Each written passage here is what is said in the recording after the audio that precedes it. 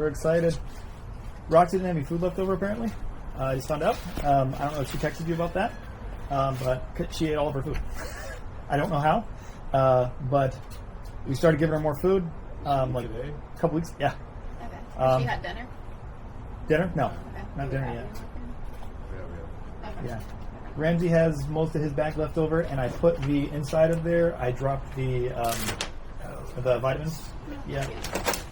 For her.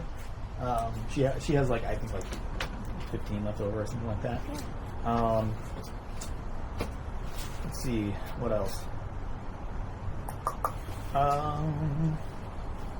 Let's see. Ramsey just dogs. Just before I left him out in the training yard for like 10 minutes when I was prepping him to go, and he jumped in the pool. So he's had like probably 45 minutes to dry off now, and I put some shampoo on him and rubbed it in and stuff. Okay. So he should be all right to go. I don't want him to make your house disgusting. So he should be better. Get some towels? He should be mostly dried off now. Okay. Might not be a bad idea to towel him off in a minute. Roxy didn't really get too much. She didn't really get that dirty since last time. Yeah. She might have a little bit on her underside, but it shouldn't be much if any at all. Yeah.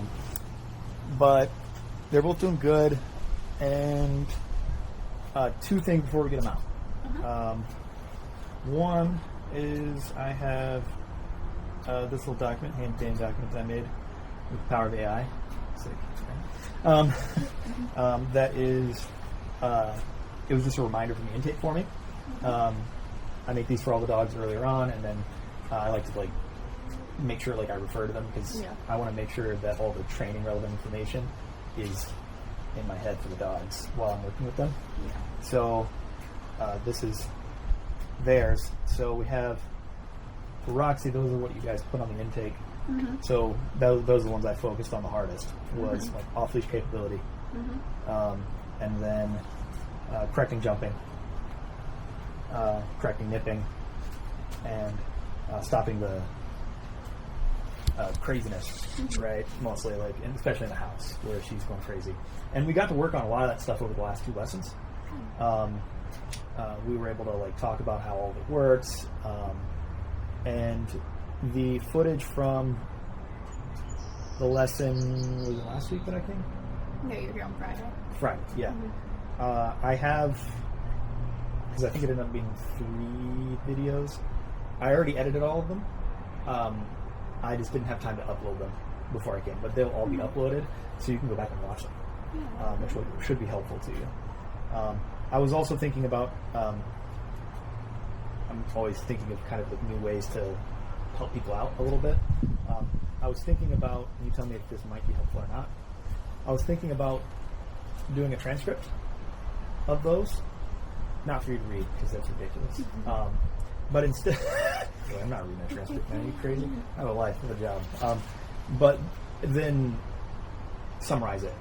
So use ChatGPT, go through all of it, summarize it, and make like maybe like a 2 or 3 page PDF from that lesson. And from the lesson before, with all of like the main things that were in there about them specifically and their training and how to use it, like how to implement it. That way you have something to like refer to that's not just, because I could like give you like a general one, like, hey, like dog training 101, but like that's not specific to them. Right? Yeah, like the videos are helpful, but only if you had like a preamble with like whether you narrate it or you, or like it says like these are the takeaways from these lessons and like this is how you owner should. This is how you should do it. This is how you should what you should take away, and that's an interesting how idea.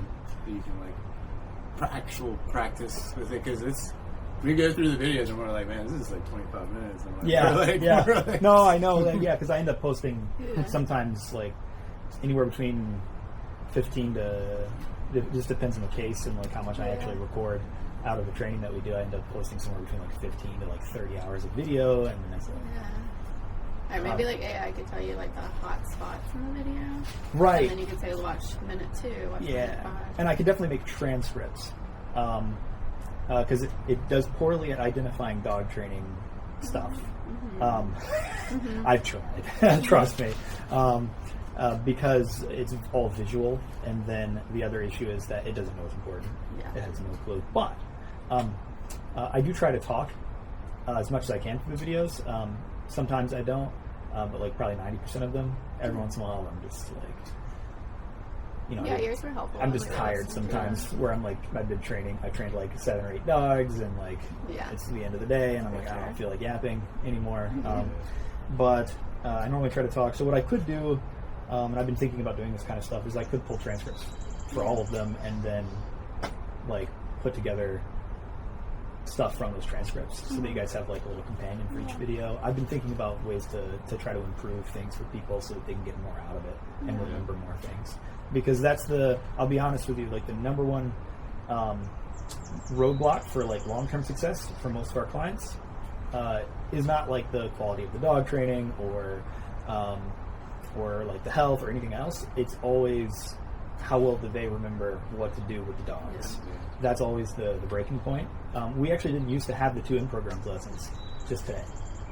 Like if you go back like 2 years ago, it was just now, this. You wouldn't have seen them really, and you wouldn't have like done anything. I wouldn't have taught you anything yet, and I would do like an hour and a half to like 2.5 hours right now, teach you everything, and it wouldn't be recorded. That was much worse, right, for people. And so I'm always, but then I was like, all right, we're going to start recording everything for transparency purposes and for people to watch and benefit from. And then now lately I've been trying to do more and more stuff to try to figure out like how can I fix this, right? Gesturing to all of you, and not just focus on that, but both. Right. Because at this point we would probably just watch the videos that we have for practicing. We probably won't watch the old videos. Those are probably going to be the most useful to you now. The ones we have. The ones with you. I'm going to just share, I think, like 15 links this morning. Yeah, there's a bunch of links, and there's a playlist on YouTube. On YouTube. We do have this playlist. That's how, we have that playlist. Yeah, all of their training that got recorded is on there. Will that stay up in perpetuity? Yep, it'll be up there forever. Unless you contact me later and are like, hey, take this part down or something like that, then it'll be up. So you'll always be able to watch if you need to. YouTube storage is free. They stored in their cloud, not mine. So for Roxy, the main stuff was off-leash, which I think she's done stunningly well on the off-leash thing. I trust her to go wherever we need to go off-leash. And then like the jumping, like 100% better. Will she never ever try it? Unlikely. She'll probably try it here and there. She greeted some people today at Bass Pro Shop and at Michael's, and she didn't jump on them. But then also she tried it one time with me while we were working, and I was like, we were celebrating though. So, but I was like, and she. So when that video gets uploaded and stuff like that, you'll see that. But it's much better, and it's easy for you to like nip it in the bud and be like, dude, don't do that, right? So as long as you go and if she has the collar on, you reinforce it, or if she doesn't have the collar on, you can also penalize it in some other way, right? Dogs respond to physical stuff, and that can mean any old way. Only thing about that is there's like probably 3 major constraints on how you might choose to penalize one of your dogs. One is your comfort level. How do you feel about doing the thing? Does it make you feel awful? Don't do it, right? The second one is, could it cause injury to the dog? Definitely don't do it, right? And then the third one is to think about if you don't do it versus if you do it, which one's worse, right? So like there are situations where you might smack a dog because you weigh it out and say, all right, I got nothing on her. There's no e-collar, there's no nada. And if she does that again, it could be really bad for her, right? Say she like snarled at somebody, which is and went to like lunge at them, and you don't have the e-collar on. Like, all right, gets put down after being reported to the county Mm-hmm. versus dad or mom pops her in the face once and says, Yeah. "Don't you ever do that again," and really gets Yeah. on her. I'm picking the second one every single time, forever, right? Because I care about the dog and I want it to live, Yeah. right? Absolutely. So there's that trade-off, right? So those are the 3 ways that you can kind of think about. Right, think through these 3 things, and then if you don't have the e-collar on, there are other ways to kind of like, yeah, you could pop them, or you could spray them with a water bottle. Some dogs don't like that, right? Some dogs do. I didn't try it with them, so Yeah. I don't know. Or you could go and pinch them, right? Like Susan Milan, right? That works just fine. So there's all kinds of different ways to do it. Basically, do it based on the scenario and like what you have available to you. The e-collar is the easiest and most nuanced, so that's why I normally use that. The other way is just social pressure, which is like, I'll give you an example of social pressure. This is a lot of social pressure, very weird, right? And now the social pressure is gone, right? Yeah. That works with, it's weird, right? Yeah. You can do that with dogs as well. That specific thing won't work very well with either of them because they'll be like, "Oh yay, you're close to me, woohoo!" But if you're angry and you don't you ever do in your right, and you grab them by the collar. Essentially, if you want to know, all right, was the dog penalized or not, you need to think about only one factor: does it look like it? Yeah. If it does, success. If it does not, it didn't work, right? So if you go, "Don't you ever do it," and Roxy's like, right, while you're holding her by the collar, Yeah. it didn't work at all, right? Because she still seems like happy, Yeah. right? But if you see negative affect where she's, it worked, right? And that's basically it. It's the same way you know, did you reward them or not, Yeah. right? If they're like, right, even if you're giving them a treat and they go, right, like they didn't care, right? It wasn't good for them, right? Back when I used to train with treats, that would happen to me with some dogs. Is like I'd be trying to like train them, and I'd give them a treat, and I didn't really get, like, I wasn't rewarding them with the treat. Yeah. It wasn't rewarding for them, right? So same thing in both directions, right? Yeah. So yeah, with jumping, with nipping, it's the same protocol, right? You just penalize it. You tell them, don't do that again. And then you say, okay, and you let them make choices again. So it's all about, like, you have that choice point. So instead of thinking, all right, how can I prevent this from happening? Like, how can I manage this? Because those aren't, like, especially dangerous behaviors from her, right? So instead of thinking, all right, like, let me, like, manage her with the leash or with other things or with my body and, like, make sure it doesn't happen, let it happen. Because either number one will happen, which is she won't do it, and you go, oh, good job, right? Or they will do it, right? And then if she does it, then you have an opportunity to give a consequence for the choice she made, and then she'll make a better choice next time. Right? And so we already did like, I showed you guys how to work with the stopping the running thing around the house. Again, you penalize it, right? So you might see a common theme there. When it comes to, like, behaviors you don't like, that they shouldn't be doing, they're off limits for some reason, you penalize it. And then you allow them to go back to freedom and choose what they're going to do next, right? Now, the off-leash capability, to maintain that, to keep that, you will need 2 factors. One, you will need to consistently reinforce it in a positive way, right? So she comes back to you, yeah, good job, right? You don't have to go crazy every time. Sometimes you might just be on a walk and you're like, hey, like, come. She's like, okay. And she comes back to you, all right, good job. You, like, keep going. Other times you make a big deal of it. It depends on the time. It doesn't have to be every single time, right? But you do want coming back to be rewarding because it's so important. Yes. And then, like, how often should we practice that? So there are kind of 2 ways to go about it. One way to go about it is to try to do, like, formal practice with her.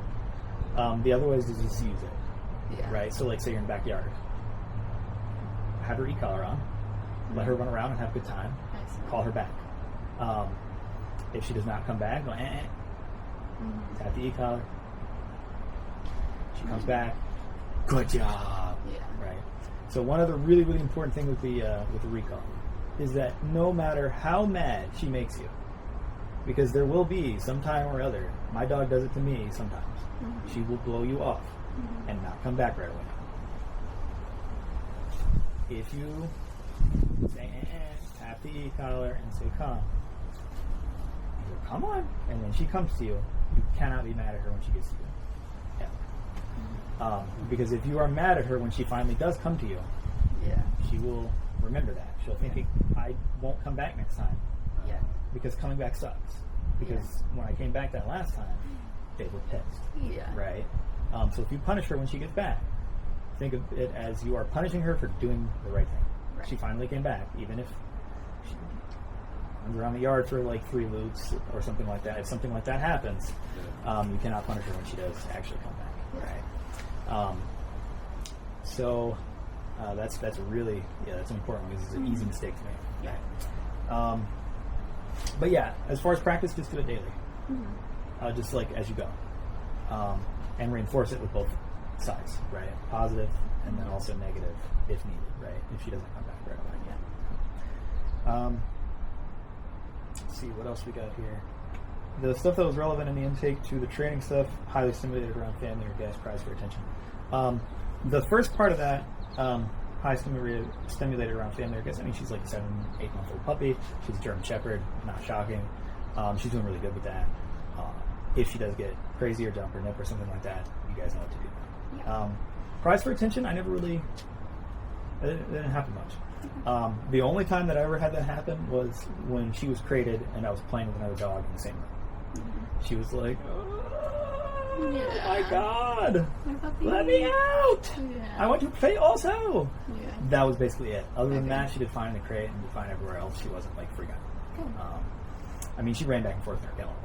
But there's other dogs there and they're barking sometimes. And she just can't. Especially if like one of us walks out there, all the dogs start barking. If we leave and we're gone for like 5 minutes, none of them bark. They just like lay down and sit. So yeah, the main concerns: jumping, separation anxiety. Didn't see a lot of the separation anxiety, but definitely the jumping. Good. Curious and brave, definitely. Didn't see any fears develop while she was with us, so that's good. The nipping, it's more so like snappies and clappies. It's like hand play. That's mostly when I saw nipping. Other than that, I didn't really see anything. Food, toys, and play. These are cool. Get yourself one of these. They're really great. It's called a Euro Tug. I like these a lot. They're kind of soft, especially since she's still kind of young. They're really soft. This was like $20. You can get it. It's not super far from here, I don't think. There's a spot here. It's the only place they sell stuff like this. It's called Cornerstone K9. They also own a dog training company. They're one of our competitors, but they're awesome. So highly recommend it. Cornerstone K9 dog supplies. They have lots of good stuff there. Let's see. The only other thing I saw was like under training 6-week group puppy class. May challenge commands and not feeling like it. So there are 2 kinds of, I'd say, categories of that for Roxy that are important. The first one is when she doesn't want to do it. You must then make it non-optional. And that's when you negatively reinforce. The only other time is if she's just exhausted, and then it's up to you.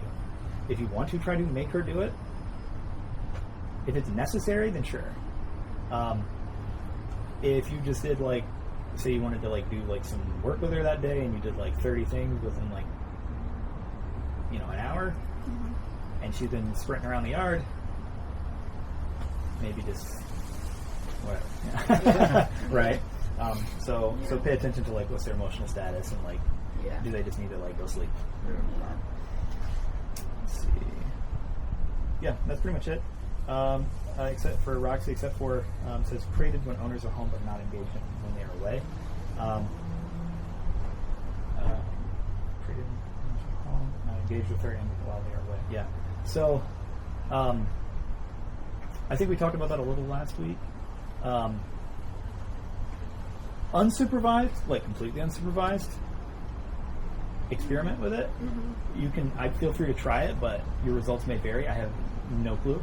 And also, that's more of a, can the dog, like, does the dog destroy things and pee on poop on stuff or not? It's not really a training thing.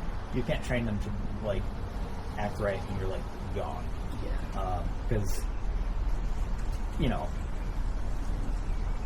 they're going to figure out you left pretty quickly. And they're going to be like, well. And they're not going to attach consequences to any, like, if you're mad later, like, they don't know why you're mad, right? So, Ramsey, off-leash capability, which you did great with. You guys can see there's a few videos up now with him being off-leash in different areas. So that all went really well. All of his commands got a lot sharper. And I'm happy with both of them there.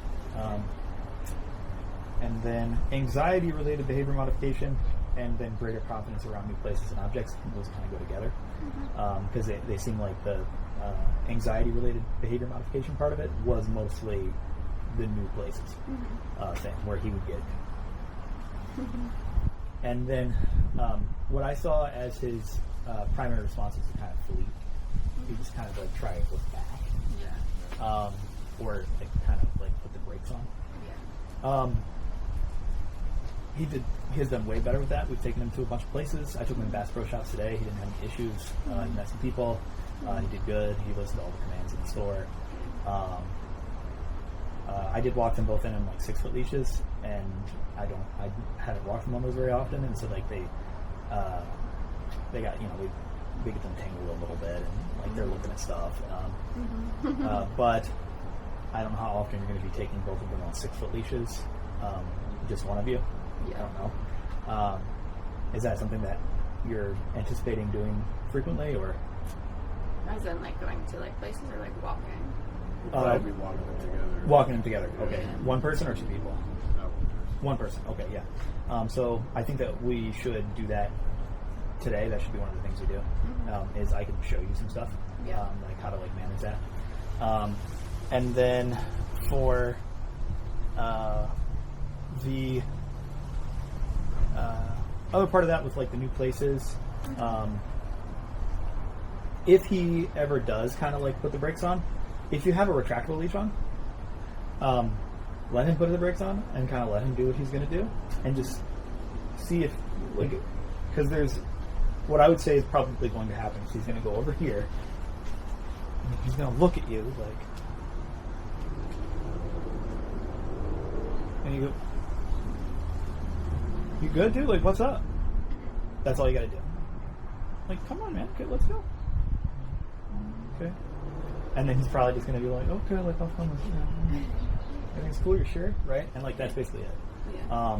Don't, like, make a big deal of it in either direction, right? Yeah. Now, if he does, like, try to put the brakes on and does not do anything, don't let him do it. Like, if he tries to freeze, I mean, like, even, like, so far as, like, tap the e-collar. Yeah. Like, no, dude, like, tap the e-collar and be like, let's go. And, like, stimulate him to move. Like, he must go. And then, like, he comes with you, and then you're like, all right, good. And then you're like, everything's cool, and you're like, okay, let's go. Right? If that does happen. Right. Yeah, and so I saw some of the triggers, like food trucks, trash bins, which we tested the trash bins. Loud, sudden outdoor noises, that's when he's outside, or when he's in the house and hears outdoor noises? that's like we go to a food truck and there's like a pop banging. Like this is a real example of pop bang, and he like freaked out because we were really close to it. Yeah. It made a lot of noise. What did he do 30 seconds later? I said I walked him away. You walked him away. Okay. So, if something like that happens again, if he jumps, and you have him on a retractable, just like see what he does. Mm-hmm. Just wait. Don't walk away yet. Just like wait for like 45 seconds and just see what happens. Mm-hmm.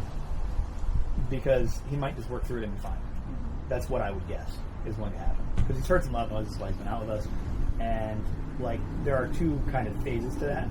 One is in their control, and the other one's not. So the one that's not in their control is right. You just did like that, right? Mm-hmm. That is a jump startle, right? You startled, right? Sorry. So, like, you jumped, Yeah. right? But it was not voluntary. You didn't do it because you were like, oh, God, he's scary. Yeah. You were just like, whoa, Yeah. the heck, dude, you just screamed in my neighborhood, right? Yeah. So that is normal and not really voluntary for him, right? If they have, like, a jump response, they have a jump response, right? Yeah. It's what they do 30 seconds later, because you quickly recalibrated. You were like, oh, okay, that was interesting, right? Like, Yeah. cool. And so same thing with him. If he jumps and kind of like freaks out a little bit, but then goes, all right, cool, and like you tell moves him, on, like, cool. it's okay. You tell him it's okay, or you just let him. Nada. Give him no input. Yeah, because if you, oh, it's okay, buddy, he's gonna think, I gotta lick him. big deal, Yeah. right? This is a big deal. If you no-show it and you go, you're like, all right, like that's it. Yeah. It's like, oh, like, you good? You good, dude?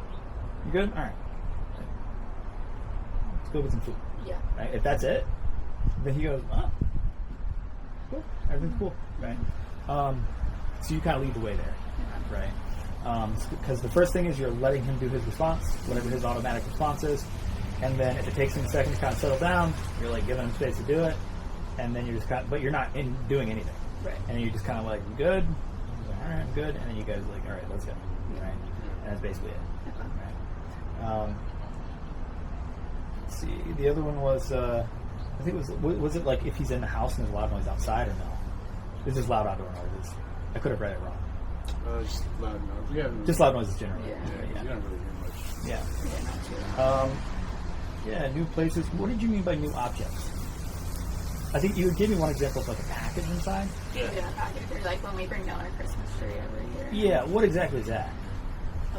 What does he do? Like he won't walk near it for a few days. Really?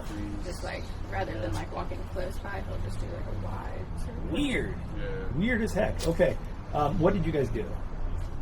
If anything. Not much Really we did, anything. yeah. I mean, Did you try anything? Did you try dragging him towards it or anything like that? we would try and say, like, it's okay, but I don't think that It didn't. would not effective. Okay. Yeah. Anything else or? No. Okay. We Yeah. might like try to drag him more if it was something outside But that we he would needed to just- go by. But if it's in the house, then he can just. And he would can just, do what like, he wants. He would get more and more desperate and not go towards it? Yeah, he would just Okay. he'll like to not go Yeah. to it. But then he gets used to the Christmas tree after a few Right, days, after a few days, okay. Every But year. then when we take the Christmas tree down, we put it in the box. So, like, He's just looking at the box like, Like the fuck. box. yeah, the box is like. Okay. A box! That happens all the time when we get Yeah. like a package and we leave it in the hallway or In the whatever. hallway. Yeah, he's not. And if we come out for a walk, he's like he stops. Yeah. He's like gotta walk around the box. Yeah. Do you think there's a bomb in it? Do you guys have any boxes now that are new? Or anything he hasn't seen before? No? Okay. Probably larger boxes. Larger boxes? Because I hadn't seen that. I hadn't seen him do it at all. And like he saw lots of new things. Yeah. If he does that again, like if he's weird with like a box or something like that, legit just like let him like just like walk over to it and be like, dude, look at this. Yeah. Be like, dude, look. Check that out. You know, and if Yeah. like, dude, come over here, right? And then like get a leash and like take him over there and be like, dude, look, right? But like don't make it into like a into a big thing, like kind of like treat him like a bro and be like, dude, look at this awesome box, right? Instead of like, oh, look, it's okay, buy the box, it's okay. Just hit him with like, dude, like check this box out, right? Yeah. Like, and then like try to make the box part of something. If you have that issue again, and if it's important to you, right? You could even like play with them, and then like make the box part of the game. Yeah. Escaped once at 6 months. How did that? What happened exactly with that? It says you chased him through the neighborhood. So you caught him. He just run around or something? Or? No, it was like a week after he got injured. Yeah. And I was just working with him out here, and he like, Took off. Took off. And I don't know, explicitly, like, he looked back at me and I said, Ramsey, like, Come back, yeah. please. Dude, please come back, yeah. And he just, Did he do this right here? Let me see if I know. Did he do it? And you're like, dude, come back. yeah. So you look away, and then And he just left. and then he took off. Yeah. Took off. Okay. Yeah. There's this look in a dog's eye that it's funny. I see it all the time because a lot of times it's the first time that they consider that they could go somewhere. It's a lot of times it's the first time that they have that thought. And they're like, Does Roxy look I at you could like leave. that? Yeah. Yeah. She's done it. He's an e-collar now. Yeah. Yeah. And so that's why it's important that, like, when we're first doing it, like, I normally don't get it when they're on the flexi. Some dogs do, but not all of them. Yeah. Most of the time, I first see that look when they have a long line on. They have that 50-foot long line on, and they're like way over there, and I'm walking away from them, and I turn back and look at them, and I'm like, hey, and they're frozen, looking at me like, oh, right? And then some of them, I'm like, hey, like, come, because I've already taught them come, and they just like they come right on back, and other ones they're like, I'm gonna go that way, and so then I pick up a long line and say, tap the e-collar, tap the e-collar, until they come back, right? So Roxy tried to run away? Yep. Yeah, One time. She would do that? Yep. One time. It's on video. Yep, it's on video. We were at a park, and she was running. She blew off my recall on the 50-footer on the long line because she wanted to go to the truck. It was hot, and she was like going towards the truck already, and I was like, all right, a lot of dogs do this when they go to the truck because it's very common. Like after the session, and they're like, all right, I'm going to go back to the truck, and then like I stop, and I'm like, maybe we won't go back to the truck, and they're like already 20, 30 feet away from me, and I'm like, come, and they're like, and I see them speed up. And you'll see it in the video with Roxy. She like speeds up and is like, I'm going to the truck, right? And she hits the end of the line, and I'm like, and then she's like at the end of the line and kind of like goes from about that chair like sideways, like that way at the end of the line, and I think she actually yelped a little bit once because I had to turn the e-collar up slightly to like because she was like, I'm not coming back, right? But then she came loping on back, and she was fine, right? And like they need that learning experience where they go, whoa, that didn't work at all, right? And that's why I don't go like, all right, like 6 foot, 6 foot, 6 foot, 6 foot, 6. You know what? I think it would be off leash. Like, no, you do it gradually where you're like, all right, flexi, and you like go out further, and I recall you, in a variety of different scenarios, test you around a bunch of stuff. You see dog, you see a person, I recall you off those things. Then the 50 foot, like, okay, same thing. And then when they've had a few of those moments, and when they've tried something they really wanted to get over there, but they had to come back.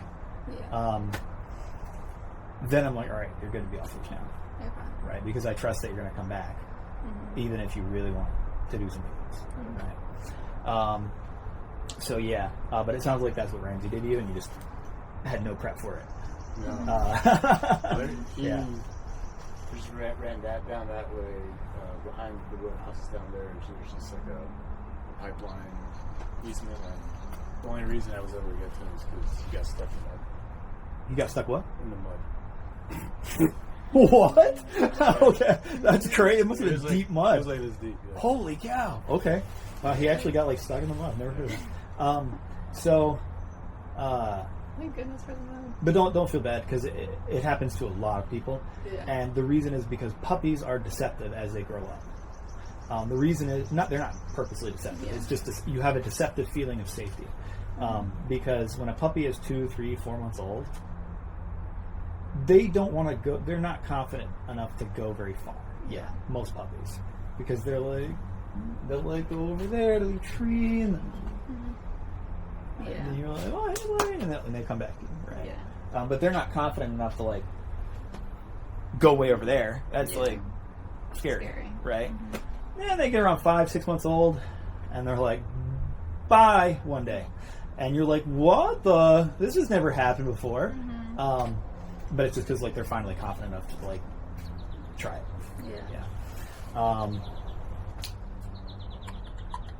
any urgent questions, any thoughts, things that you guys have questions about that matter for like transitioning them home that I haven't talked about in the last two or in this one at all, or any situations or scenarios or anything like that that you want to cover? I look like you have one. Do you know? Not really. Eventually, I want to bring her. There's a huge like play area, open field out there behind these houses. Mm-hmm. I want to go play fetch with her off leash, ideally. Roxy? Yeah. Yeah. You know, like maybe take like the first like. It just depends on your level of confidence, like how you feel about like doing everything. If that makes sense. Like so, like maybe try in the backyard a little bit and like recall her. And like when you feel like okay, like she comes back every time, like and she doesn't come back sometimes, right? And you like know what to do. When you feel like okay, like I know what to do, if she does go that way, like you're quick with like and then like all right, come on, and then she comes and like so you know you've navigated that at least a couple of times where she didn't come back right away and you were able to properly negatively reinforce and have her come back, and you feel confident with the e-collar and stuff like that, then yeah, go out there. She can do it. Like you can see like some of the videos like we're at parks and we're off leash and she can do it, even with Ramsey around, right? Mm-hmm. Yeah. It sounds like lots of fun. Yeah. So I encourage you to do it. Dogs like that. Yeah. Other than that, I think the only thing that we wanted to kind of do is do a little like walk with both of them, right? Yeah. So there are a few ways to do it. The first way to do it is to use flexies for both of them. Mm-hmm. And all that is it just takes a little bit of getting used to like how to do it, right? The other way is to do them both on 6-foot lines. I hate it personally, mostly just because like they don't get to do it, and they're gonna be frustrated the whole time, and you're gonna be annoyed because they're gonna and like there's nowhere for them to go. Yeah. So they don't get to go sniff things that much or do anything. And so the only way you can walk dogs like that is if either number one, you really like suppress them to like walk one on either side and stay with you the entire time, which is a really boring walk for the dog. Or you just have like an old fart dog that doesn't want to go sniff stuff. It just is like cool like walking next to you. The other option is to walk them off leash, or like with like a line dragging or something like that.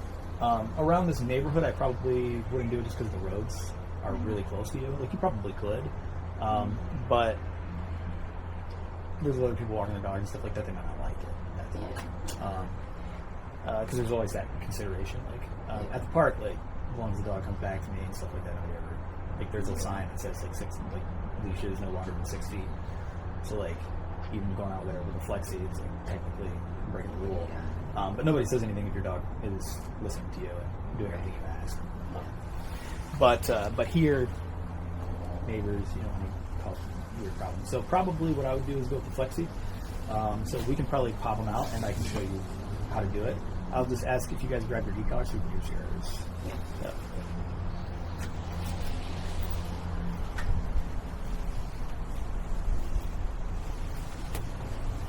Oh, and did you guys get the retractable leashes? I ordered one. We have 6 leashes. Okay, so these haven't come yet? Okay. How soon is it coming in? Tomorrow? Maybe Thursday. Tomorrow, Thursday? Okay.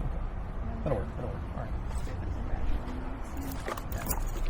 right. And maybe I'll show you, if you grab those 6-foot leashes, I'll put these on them, and you guys remember how to like turn these on, pair them up, and stuff like that. Yeah. About the leashes.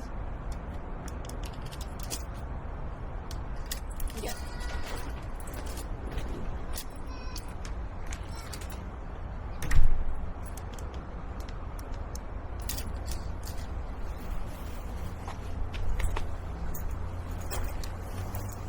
So the button on the back is just what turns it on.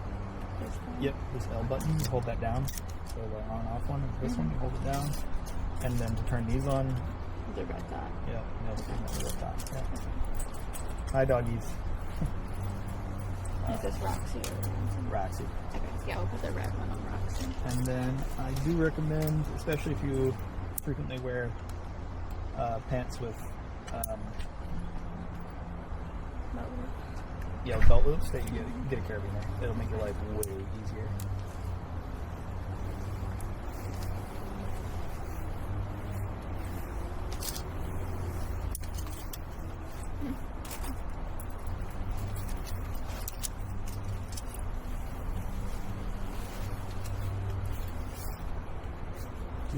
Are you experiencing protection training? Yeah. We're training 2 of them right now. Christian had told me that because we're interested in it for Roxy. She likes to bite stuff. He said like at 10 months is when you probably do like a test. That's when you start testing it out, yeah. Because when they're this young, it's like, they're not really about that life. They don't know anything, you know. Earliest that they start to like kind of like maybe you're like, oh yeah, they might do it. Is like 10 months or so, roughly in that range. My favorite, like the ideal for me, is when they're like 1.5 years old already, because then they're like fully. Yeah, like they're like feeling themselves by that point. And they're like more confident normally. Yeah. I just realized this is like a really ghetto thing to do in front of me. Isn't it? Anyway. It's like $3. So.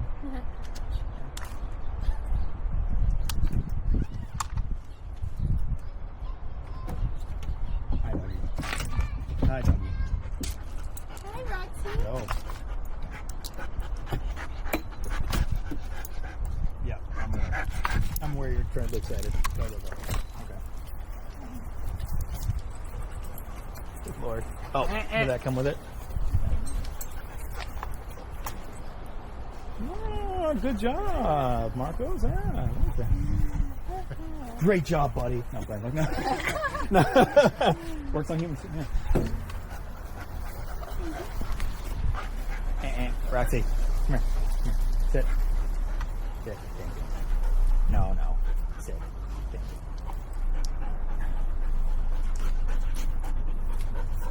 Good dog.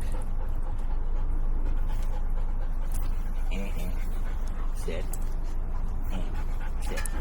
When do you think the German Shepherds like stop or reach their full Size? Yeah. Pretty sure it's somewhere around like between 1 year and 1.5 years for most German Shepherds, because they're like they're like upper mid range, like in terms of size. So the kind of rule of thumb is the bigger the dog, longer it takes them to mature. The smaller the dog, less time it takes them to be full grown. So like you have a full grown Chihuahua at like 7 months old, like that's it, like their full physical maturity. But like a Great Dane, like you're not gonna have a full like adult sized Great Dane until they're like 3. Yeah. You want this on the left, right? Yeah. Is it on the left right now, or? He moved it to the left over. Thank you. Appreciate it. Good girl. Alright. So one of you guys want to hold her real quick? I'll probably just let her like sniff around and stuff.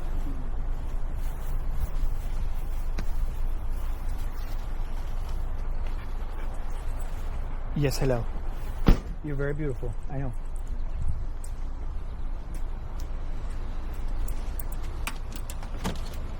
Ramsey, come on.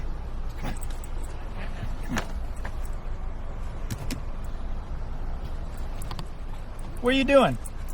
Here, call her back. Roxy, come.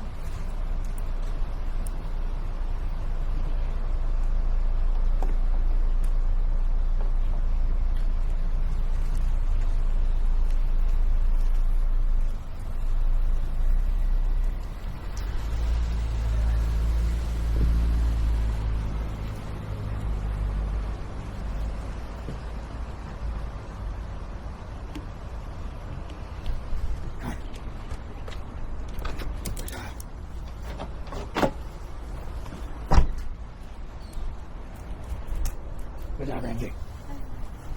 What's up, man? Hey, Bubba. Good job, Bubba. Oh, you're a sweet boy. Yeah. Flexies are annoying if you're not moving. if you're in one place. Especially with shepherds, because they like run all in circles. Yeah. Yeah. One recommendation for you is: do you normally walk them on this collar? Yes. Okay. I don't know. We used to have Well, like a chain. We use The prong collar? Yeah, prong. Yeah, you can walk them on a prong collar if you want. Only thing I'd recommend is if you do end up, like I normally walk them on flat collars. If you do walk him on a flat collar, I would get a flat collar that's more like, you can get PetSmart, like this. It's like a big flat utility collar.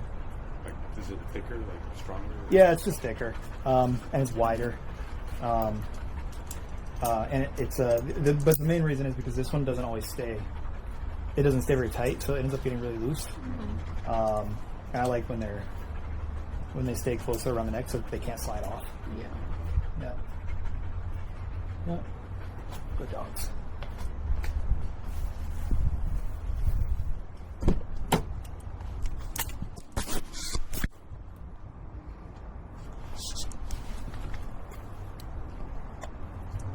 Okay. Yeah, I put some stuff on them. Because I was like, dude, the pool right now. Today's my last day. Yeah. Let's go do it.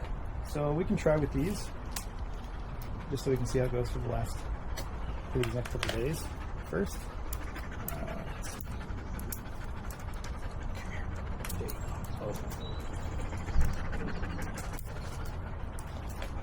Release that slowly. Getting smacked by those is not cool. Ramsey, come here, man. I know you're ready to go inside. You're ready to go take a nap. Okay. Let's go, guys. Come on. Come on. So we're going to take them on 6 foot. All you're going to do, like what I would actually do is just, instead of trying to keep a like really tight hold on these, since they both do respond off leash, is instead of caring too much about these leashes being like firmly grasped in your hand, like wrapping it and all that stuff, it's easy to do that with one, which is if you're only walking one of them, just put it through the thumb like this, slide it over top, and then like grip the whole thing like that, because then it's nice and like it won't move. You have good grip on it. But if it's 2 of them, that's harder. Yeah. So I would keep them like just like hold them like loosey goosey, because you're not going to want to be using the leash to do all the stuff. Yeah. If you're walking them on 6 foot, you're going to want to use verbal. And then you can more easily drop a leash, pick a leash up, move leashes around if they move around and like get in the wrong places, right? Ramsey, let's go. Come on. Roxy, let's go. So like this, if they go on either side or something like that. Let's go. Come on. Come on, guys. So think. Come on, Roxy. Come on. I mean, Roxy. Jesus.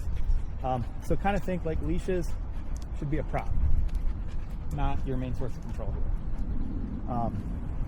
Because if they become your main source of control, it gets frustrating for you and for the dog, right? So if you keep these kind of nice and like here, they're kind of loose, then you can, I would just kind of walk them like this. Let's go, come on. And then you're just going to want to keep a rule. And that rule is that the leash needs to stay loose, right? If they start pulling on it, that's a problem, right? So the way that you're going to address if they do start like yanking on the leash or something like that is anytime they go to like put a lot of pressure on the leash, you're just going to want to tap the e-collar. You're going to go right, tap the e-collar. And so you're going to enforce the end of that leash being loose. You don't say a command, you just jump to the Yep, because like right there. Yeah. She was kind of pulling to the leash a little bit. Yeah. I just went and tapped it, and so that was on like the 40, right? And so you can see like she doesn't equal, right? And then now she's paying more attention again to like not hitting the end of the leash and pulling, right? And so like this is kind of an easy way to take the walk, is you're just kind of holding these loosely in your hands. You're not trying to like use the leash to do anything except for make it look like you're following neighborhood laws. Honestly. So yeah, this is basically just like what the walk would look like. And then the only major thing, again, is if you don't want them to pull on the leash, you have to penalize it, right there. So like she hit the end of the leash, and just be strict about it. Because what will happen is you don't want to be the one to be constantly monitoring if they're hitting the end of the leash or not. Because then you're gonna, if you wanted to do it that way, you'd have to actually do it that way. Like you'd have to be like, oh, okay, all right, make sure they don't hit the end of the leash. Like no, it's their job. Let's go. So if you want to make it their job, they need to be watching. Right, so I just tap it again. Right, come on, go ahead. And so yeah, if they hit it, you don't really want to tolerate any pressure, because then what's going to happen is they're going to be like, all right, I'll stay right out here at the end, and I'll pull on it sometimes, and then that pressure will, like, they'll pull on it harder and harder. Right.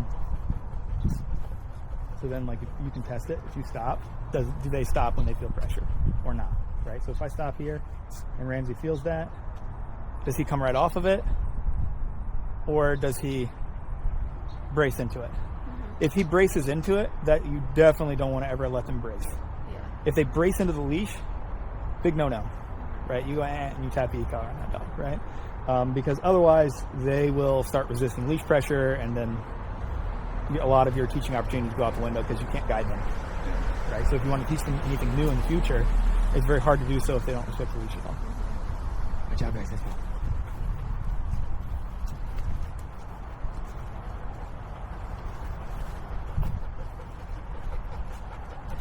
The other thing that you can do is every once in a while, you stop and turn back the other direction.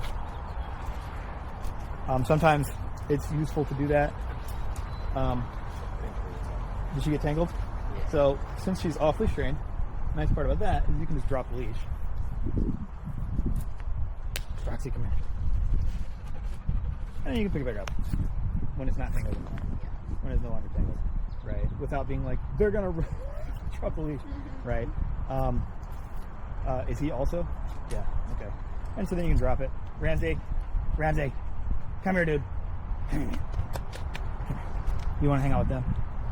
He's like, you did not actually say come. You realize that, right? Come here. Because if they walk for a couple steps, they normally untangle themselves. And then you can go walking again. Come on. There you go. Let's go, Ramsey. Come on. Good job. And so this is basically it. This is an easy way to take the walk. Right. And then it's up to you. Like, if they want to sniff stuff over there, you have two options, right? If they are on these leashes, you can go tap the e-collar if they're pulling, right? Or option B is you can drop the leash for a second and let them go sniff it, call them back over, and then pick the leash back up. Right? Those are your options, right? So like, right? Like that kind of stuff. Did you tap there? Yep. For two reasons, actually. Because one, that's nasty. Don't drink that. And then number two, because she felt leash pressure and didn't come off it. Right? So that's the main thing. Like, if you're going to walk on a 6 foot, you just can't tolerate any leash pressure ever. Yeah. Good job, guys. So that's how you do it on the 6 foot. You guys want one of you guys want to try? Yeah. Want to try? Okay. And then just loop this up.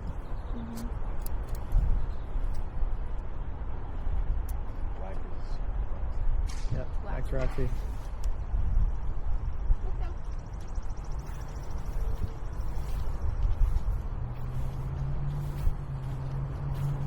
Yeah, and the more consistent you are with not allowing any pressure on the leash and like penalizing it if they do, the less they'll do it.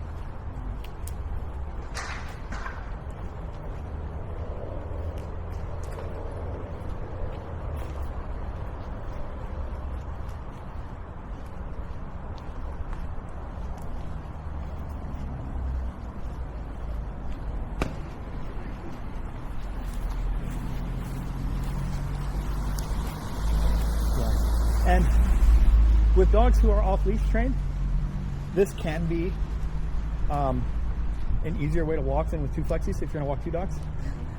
Just because it is much easier to drop this leash and pick it back up than it is to do it with play. So if you're like walking around the neighborhood and you don't really need them to like go super far off or like go in the neighbor's yards and stuff like that, it might be just fine to do it on these 6 feet, right? But if you're going to go to the park, and you want them to like go sniff stuff, you can either do fully off leash, or you can do it on the or you can do it on the flexes. I think realistically, she would probably be walking On these? on these more often. Like when we go out together, we'll walk one with the flexi. Yeah, that makes sense. One of us will have a flexi. That is easier, because I've done the 2 flexi thing. Yeah, you gotta. It can be harder to manage. Are there any dog parks, or are there any parks in Wake County that allow like off-leash dogs? That allow them? No. That I go to and have dogs off leash? Tons of them. I'm just going to be frank with you. Yeah, because like allow is a tricky word. Are you allowed to go 5 miles over the speed limit? No. Legally, no. Can you? Sure. And will it cause you any problems? Like, no, not at all. Right? So like I'll let that be a personal choice, right? What you guys decide to do with that. But yeah, I mean, you can. It all comes down to, is your dog under control? For 99.99% of the population, if your dog is clearly under control, no one will say anything or be upset with you. If your dog is not under control and sprint up to other dogs or do other stuff like that, and you're like not able to like ask them to like, hey, like, don't do that, right? Come back. Then you'll get in trouble. Yeah. But like if you're like walking around with your dog off leash, and then like you see another dog coming, and you're just like, hey, like Roxy, come, because she's like going over there to look. Like, hey, Roxy, come, and then she comes over, and you're like, all right, and you wait for them to pass, and then if she goes to go off you, come, and then you tell her, maybe you put her in a down or something like that. They walk by, and then you say, okay, let's go, and you guys keep walking. No one cares. Everybody's fine with that, right? Like, technically, you're not supposed to have them off leash in stores either. We do it all the time because people don't care if your dog's under control. Yeah. It's actually funnily, it's the same thing with like the.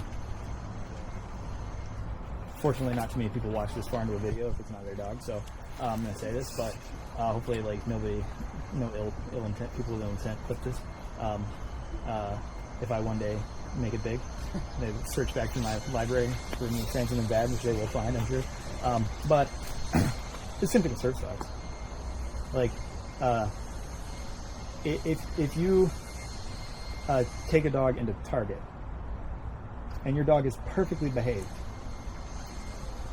you're not supposed to have non-service dogs in Target. But no one will blink. No one will say anything. Because they don't care. And they just assume your dog is a service dog if your dog's really well behaved. That's literally it. Yeah. So that's with dogs, that's what it mostly has to do with. Is your dog like behaving and under control and listening to you? And if yes, then you can do almost anything you want. Yeah. Except go to Walmart. Don't do that. They'll not like that. Walmart's not dog friendly. Like, very, very much not. So, lots of places are not dog friendly. Walmart especially not. They will kick you out. Yeah. Even when I am training a service dog, I don't take dogs in the wall. They will cause problems. Yeah, I take dogs into the mall, but not Walmart. Yeah. Let's see. Any other questions for walking? When I was walking, then did you like identify anything that I should have been doing differently? The only one that I noticed was when they were walking up the stairs. They told you. Yeah. Yeah. So that's just I'm going to e-collar both of them, and then what I would normally do is like I would walk back.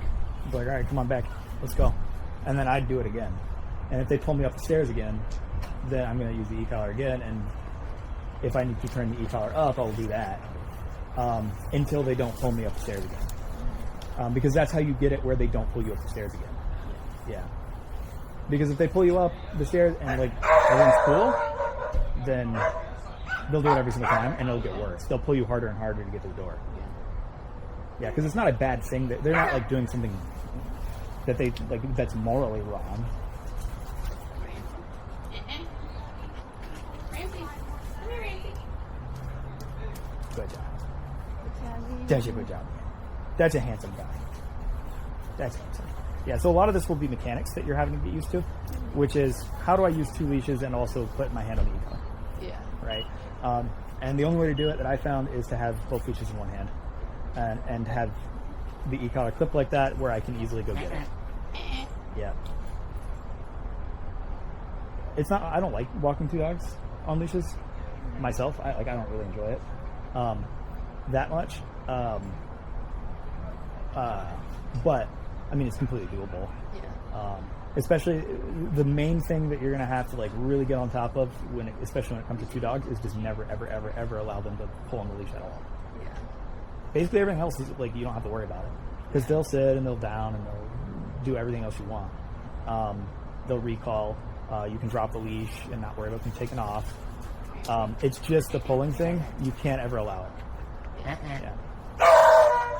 So maybe like for the first few weeks, I just walk them one at a time so that they like get used to me. Up to you. You can. I think you're just fine to go ahead and walk both of them. Okay. Right. One other thing that's important is, and we talked about this a little bit last time, is that the is like a phone battery.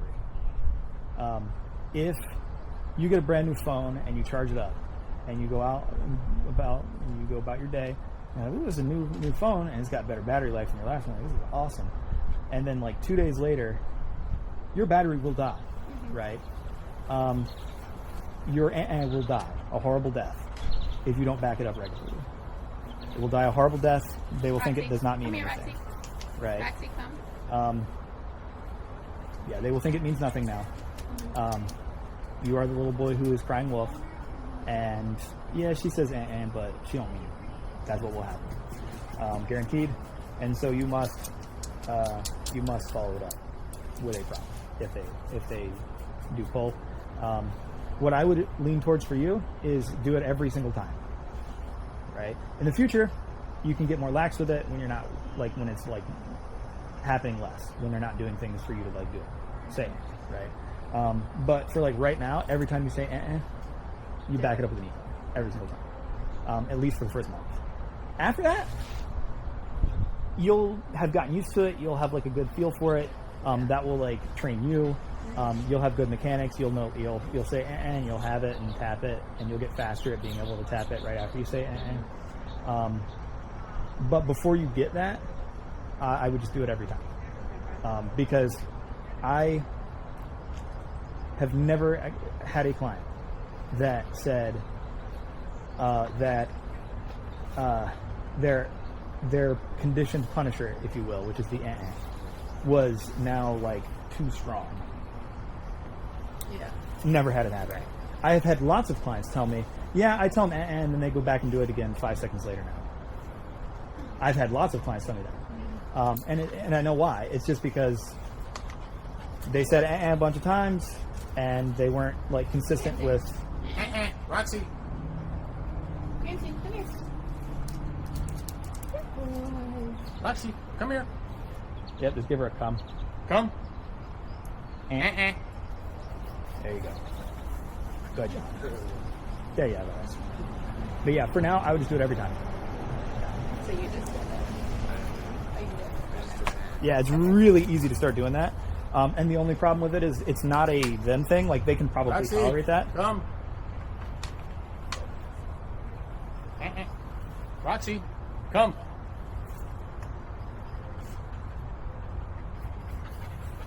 There we go, right?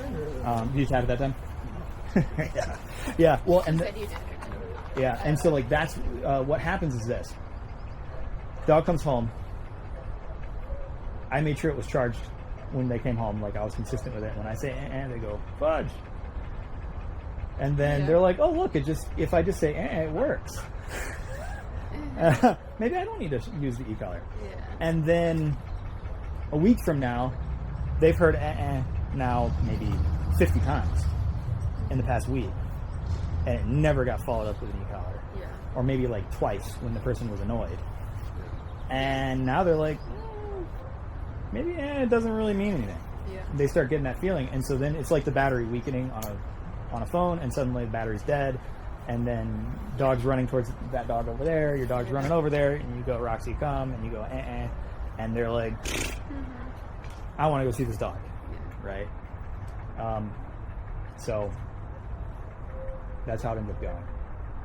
Did you just do it? No, you tapped the T button. It was on one. It was one dog, right? No, it should be on both because it's paired with both. It's two. Yeah. Roxy, come.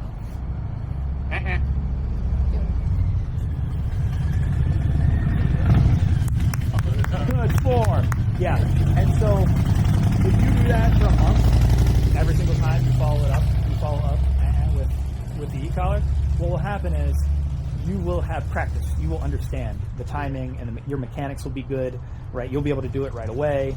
And then in the future, like, you'll have a feel for it already, and so then you will be able to back off. And sometimes you'll just go and sometimes you'll go and like if they really like are blowing you off, or if it's really important, then you'll tap the e-collar and they'll be like, oh dang, and they'll come back, Yeah. right? Or they'll do something else. What did you have it? Number. 20. Yeah, It's blinking one beep. that's fine. That's fine because it is on the 2-dog mode. Yeah, that one is going to be on 2-dog mode basically every time you turn it on, automatically. Just because it's a 2-dog mode. It can function as 1 dog, but it's on 2 dogs. Yeah. Like, because I could make it show the 2 if I tap this key. And I tap the key again, now it says 2. How do I know? Now it says 1. Which intensity is on each dog? It's the same on It's both the same dogs. for each dog? Yeah. You can set them for different intensities on both if you want. I normally don't, just because I can turn the knob if I need to. But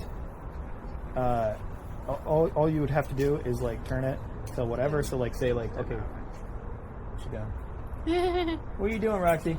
You're Roxy. So if you like say put it on 30, you could hold this button down Roxy. until it blinks like that, and then tap this T button. Tap it again. Now you're on 2D, and then change this to whatever you want. Lock that down, and now it says 18. Roxy. And so now you see this one says 30 for dog 1, and then if I tap this T again, now it says 18 for dog 2. Problem is, You'd have to if tap I now the turn T. this, no, this will be set either one, right? So now this is now on 30 and this is on 18. Okay. Thing is, say that you need to adjust it for 1 dog. So like say you need to adjust it for Roxy, you will have to tap T, right, and get to 30. So where you see it here, and now see it doesn't turn. It's locked. So you'd have to hold this down. Now it's unlocked, and now you can change it, I see. right? So is this one. You have to turn it. You'd have to hold this down, wait till it's blinking, and then turn it. The only reason I don't normally do it that way is just because your dog's going that way. You need to turn the collar up to get your dog to come back. Do you want to go? Your dog got hit by a truck. Like, you know what I mean? Like, you don't want that, right? So like, I prefer to just like, all right, it's for both dogs, same thing. And then like, hey, like, if I need to say do it, and it's on like it's sitting on like a 40 for like if they're pulling during a walk, I tap it. I can tap it for either dog.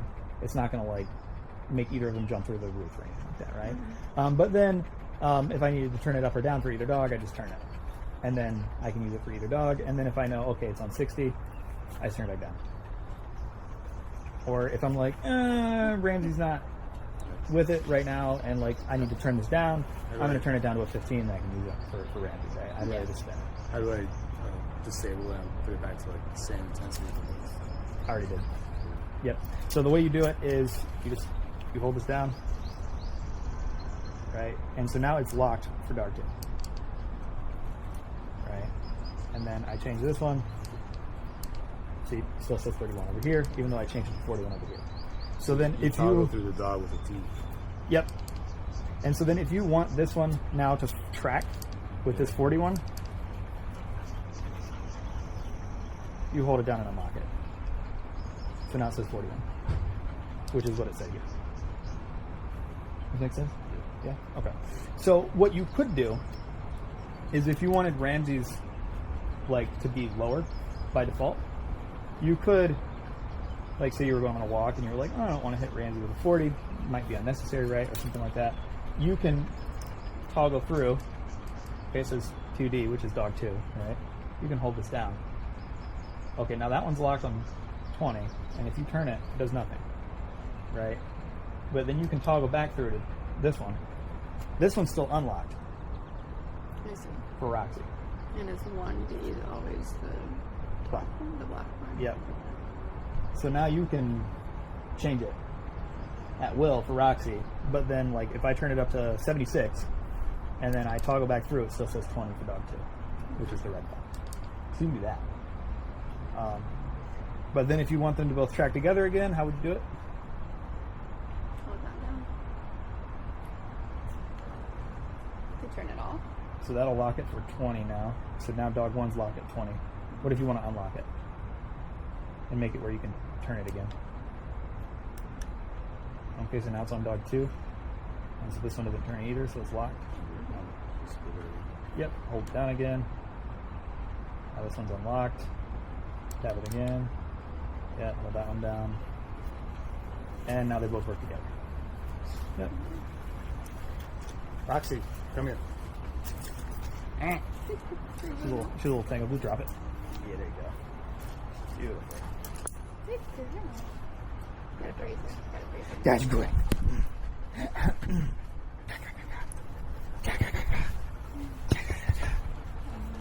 All right, any final questions? Anything for me? Anything important? Gosh, I know we have more questions. If you think of anything later, you send us a text. Ramsey, come here. So, last thing is you take them inside. I'll just put together the drop-off acknowledgement. Just say you got them home and they look good and they're doing good. Yep. They're gonna miss you. Bye, guys. Come here. I miss Roxy the most. I worked with her more than I did Ramsey. Yeah. Connor worked with Ramsey a lot. Yeah. Oh my goodness. Oh my goodness. I love you, man. Yeah, eye booger. Nasty.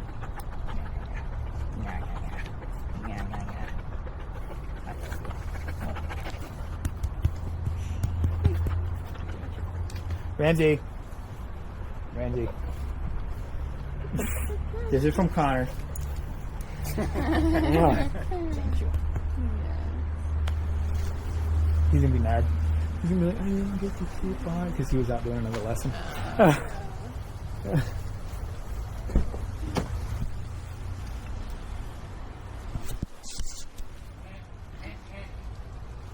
Yeah, that one's a common one. Is pulling up the steps to go to the door.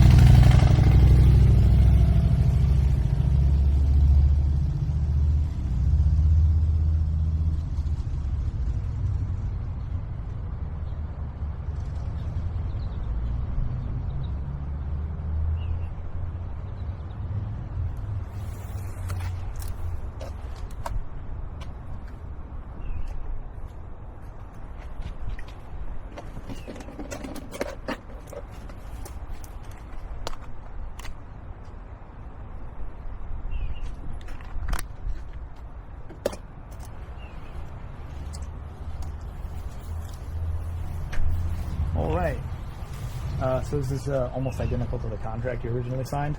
But it doesn't say any of like the price or anything like that. It's just straightforwardly today's date. Roxy and Ramsey came back to you. They're both healthy, performing correctly within the guidelines of the agreed upon contract, and we're releasing them into your care. Right, so you have them back. They're doing good. They're healthy. And then there's a bunch of other random language. If you want to take a look through all of it, you can. There's other stuff about liability, which was all in the original contract, about there's a huge list of different parasites and kennel cough and all that stuff. We don't have any parasites or kennel cough in our kennel at the moment. So I think it's very unlikely that they've picked anything up, but it's always possible. Yeah, Roxy was testing us in there. Oh, yeah. Was she? Oh, yeah. He Yeah. shocked her a bunch of times. Yeah, what'd she do? She wasn't coming. She didn't want to come. Yeah, it can happen. Yeah. She's like, He's gone. He's gone. He was doing it, and I was like, are you even doing it? She's not responding at all. Yeah. With a slight head tilt. Slight head tilt. I had to turn it up. Yeah, turn it up. Yeah. And so don't worry about doing that, because who decides how high the e-collar is? You or the dog? The dog, every time. Yep, the dog. It makes me happy that you said the dog. Yeah. That just means that I talked enough the last few times. Yeah.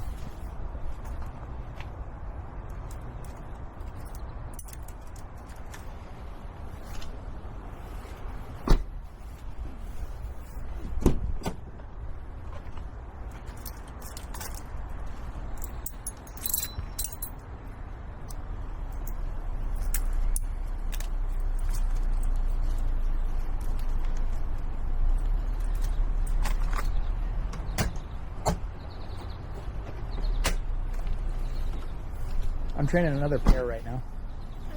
Yep, their names are Archie and Lola. Yep, they're very cute.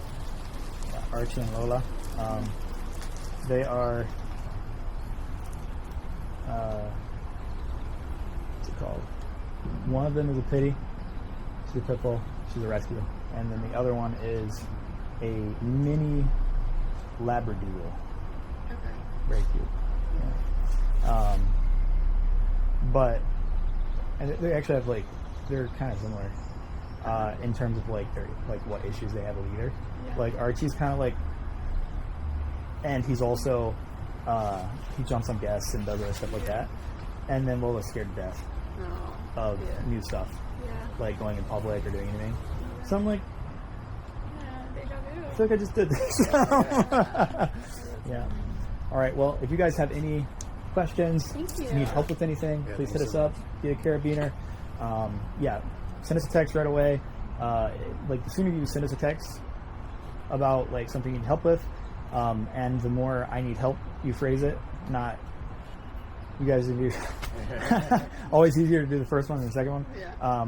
It's much easier for us to respond in a helpful way. But yeah, basically the quicker you reach out, if you do have issues, the happier everyone is.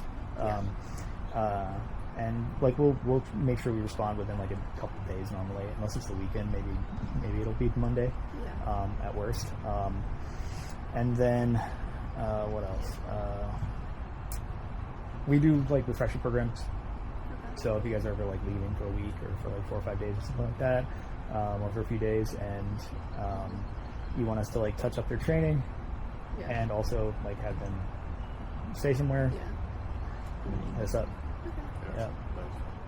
We're gonna do that. Yeah, we only do it for dogs we train. Yeah, because we're not a boarding company, so we don't board dogs. But we do board and trains, and so we'll do that with people that we've already worked with, because we can refresh the dog's training. But we'll just do a new contract. Is the way we do that.